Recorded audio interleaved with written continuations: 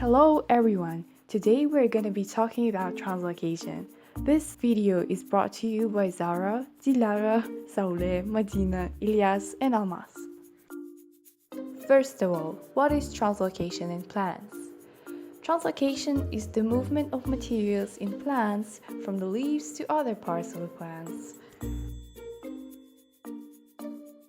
Before explaining the process, let's look at the structure of the phloem and its features. As you can see at the picture, the phloem consists of sieve tube elements, and between these sieve tube elements it has sieve plates.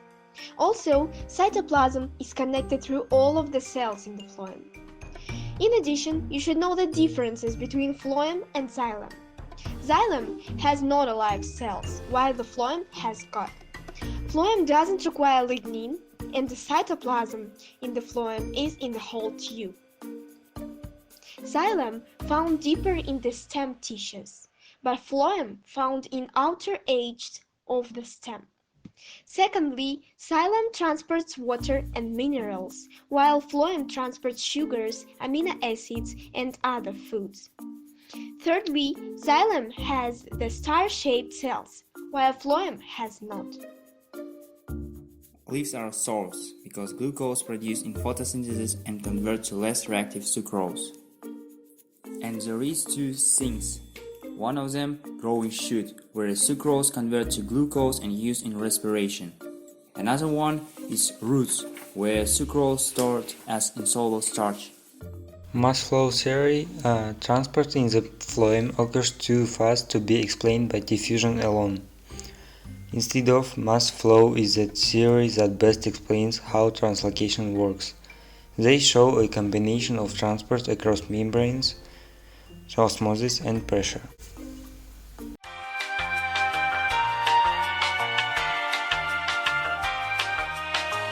Phloem loading, transporting the organic substances from the source into the phloem. We're going to start from the polycyte cells. Polycyte cells make a lot of photosynthesis and it produces big amount of sucroses. The concentration of the sucroses in the polycyte cells is too high and it needs to go to companion cells by the concentration gradient. Transporting from polycyte cells to companion cells goes by the facilitated diffusion. So, how do you get from the companion cells to the phloem? The problem is phloem is fully loaded with concentrated sucrose solution. To move from the companion cells to the phloem, sucrose needs go against the concentration gradient. For that, we need ATP. Movements of water from xylem by osmosis increase hydrostatic pressure. Phloem has very negative water potential relative to xylem. Water enters phloem from xylem by osmosis. Hydrostatic pressure in phloem is increased. Generating low pressure at zinc. It is movement of water from phloem by osmosis decreases hydrostatic pressure.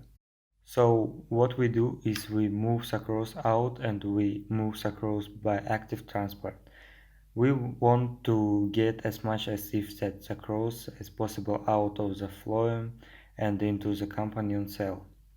So here we go, we can move it across into the companion cell, and that will result in eventually is that we will have a more negative water potential in the companion cell relative to the phloem. So it's going to leave the flow on by osmosis. Some water will also be reabsorbed by the xylem. The important result that we see is that we have now reduced the hydrostatic pressure in the flow arms. The water pressure at the sink end is much lower.